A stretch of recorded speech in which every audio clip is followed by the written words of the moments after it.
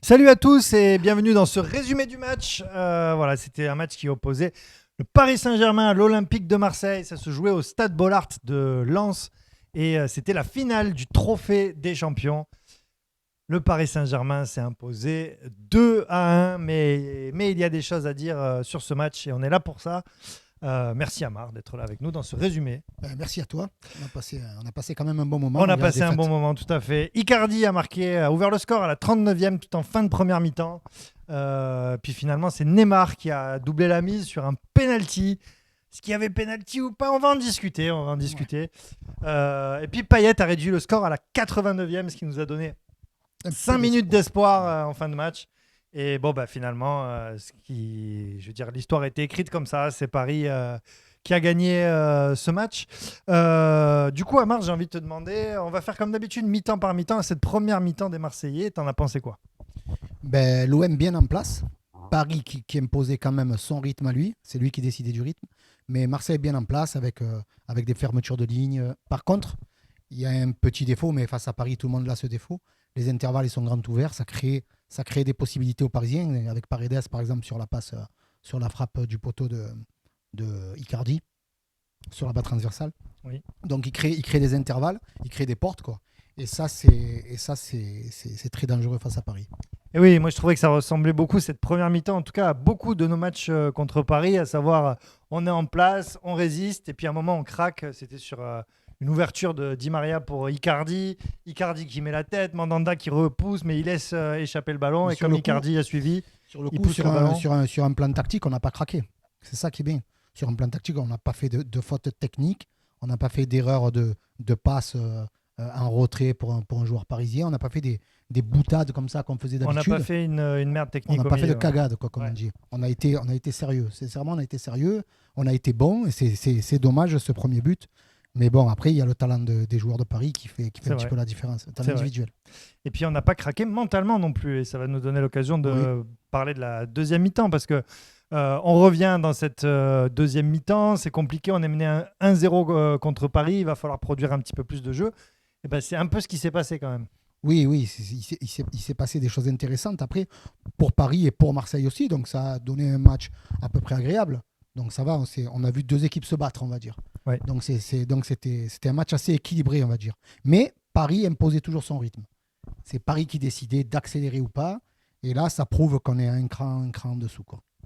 Effectivement, même si l'OM a eu un temps fort, moi j'ai noté ça, il y a eu un moment pendant la deuxième mi-temps où on récupérait très très bien le ballon. Les Parisiens, ils avaient plus trop le temps de développer leur jeu, mais ça nous a demandé une débauche d'énergie énorme. Oui, il se replie très vite. C'est une équipe qui se replie très vite. Et du coup, ça a duré une dizaine de minutes, 10-15 minutes. D'ailleurs, jusqu'à à peu près l'entrée de Neymar, qui a beaucoup haché le jeu en fait. Bien sûr, il demande beaucoup de fautes, il s'allonge beaucoup. Des fois, il y a faute, des fois, il n'y a pas faute.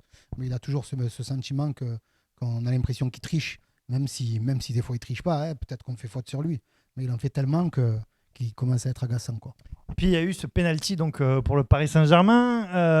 Alors toi, tu es d'accord, il y a penalty, il n'y a pas penalty? Alors moi, je pars du principe où une fois que tu as poussé ton ballon sur le côté et que tu joues sur le gardien, ça veut dire que tu le cherches, le penalty. Après, si tu as poussé le ballon sur le côté aussi, tu te dis, il n'y a pas danger, il ne peut pas avoir but. Donc pourquoi je sifflerai penalty? Il y a peut-être contact. Bon, il y a contact. Il y a contact, ouais. Il y a contact. Mais son ballon, il se l'est emmené sur le côté pour qu'il puisse avoir contact Icardi avec pas Mandanda, mais avec l'Albatros. Oui, avec Yoann Pelé. Moi, je suis d'accord avec toi, à part que je dirais, en fait, ce que tu dis, toi, c'est ce que devrait être la règle. Oui. Et en fait, la règle, c'est s'il y a contact, il y a penalty, quoi. Donc, ce qui pousse, totalement débile, ça pousse les attaquants à faire exactement ça, là, ce que tu dis. Sûr. À savoir, quand tu arrives devant le gardien et tu refuses le duel, tu jettes ton ballon à droite, tu laisses traîner tes jambes sur le gardien et ça donne penalty à tous les coups. C'est la règle, ça fait penalty. Bon après, certains diront qu'il a été malin. Voilà, il a été malin. Après, Neymar met ce penalty. Logiquement, on était abattus. Ouais. On était abattus. Mais après, il y a eu une réaction. Petite réaction de l'Olympique de Marseille sur une occasion. C'est malheureux d'être bon comme ça. Et ouais, dans les 5 dernières minutes en plus. Non, mais c'est malheureux quand tu prends un coup dans la tête et de te réveiller. Il faut apprendre à se réveiller avant. Ouais. Je sais pas, c'est dommage. On peut la raconter cette action. Il y a Payet qui, au départ de l'action, qui donne le ballon à Lirola. Lirola qui faisait sa première rentrée, qui donne le ballon sur le côté à Thauvin qui centre pour Payet, et Payet qui coupe la trajectoire du ballon. Et du coup, ça fait 2-1. C'est important, je trouve, le fait que ce soit un but collectif. Ah oui, c'est important, c'est très important. C'est important parce que c'est ce qu'on attend. On va pas toujours compter sur Payet, compter sur Thauvin, compter sur un tel ou un tel. Non, ça c'est bien que tout le monde s'y met et puis on a l'impression de vivre un bon moment groupé, quoi. Voilà.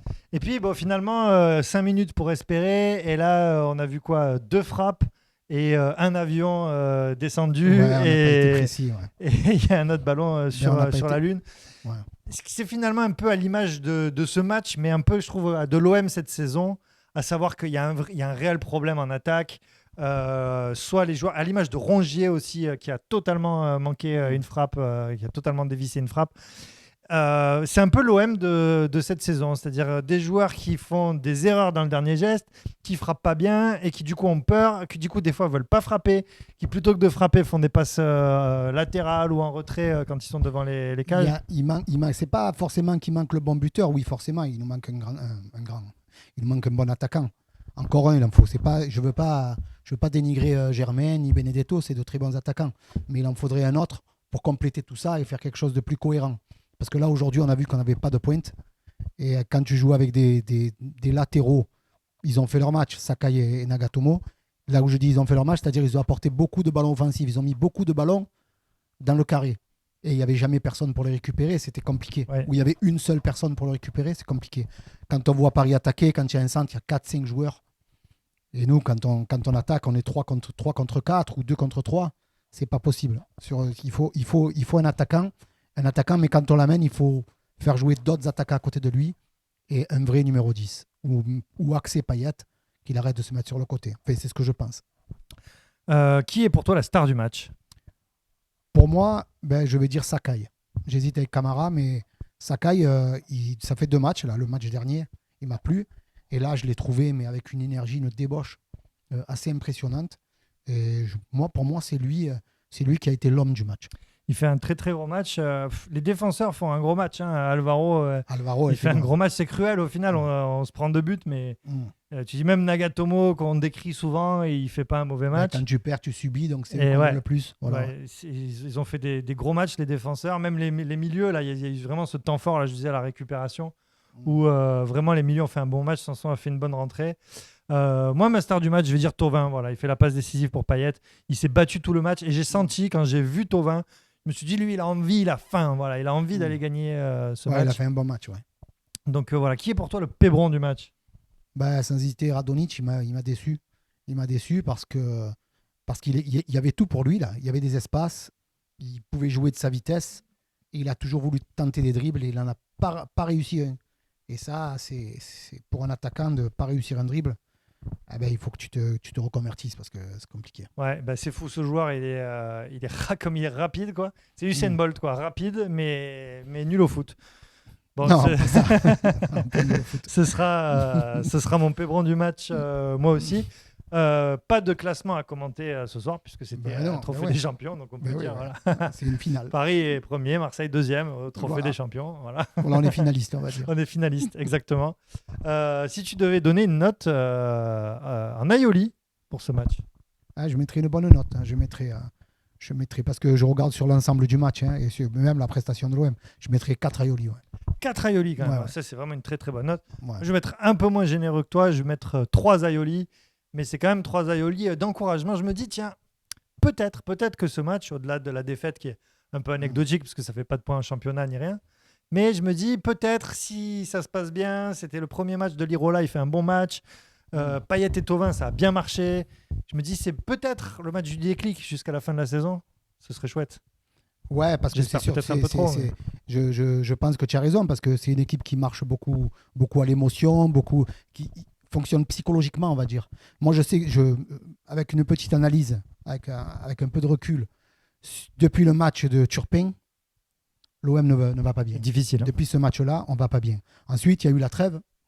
Après la trêve, on a repris, on a gagné. On a gagné avec la manière en plus. Et puis, il y a eu ce dernier match avec le match de Paris dans la tête. Je pense que c'est pour ça qu'on n'a pas gagné le dernier match. Je pense. Là, ce match, il est passé parce qu'on rejoue contre Paris le 7 février, je crois. Oui, On joue contre Paris le 7 février. chez nous. Là, chez nous en plus. Bon, mais il n'y aura pas de supporters, donc c'est pareil. Ouais. Mais il y aura moins de pluie. Mais quand même, et il y Ouais, aura il y aura des moins de- supporters à l'arrivée des bus, je pense. Ouais, voilà, ouais, j'espère. Et j'espère que là, l'OM mettrait un autre visage. Eh ben écoute, merci Amar pour cette analyse. Merci au Seigneur qui a fait la technique. On se retrouve samedi, les amis, à 17h pour le match contre Nîmes. Voilà, prochain match de championnat en live sur le Tarpin Bien. Bis à tous et à samedi. Au revoir, merci.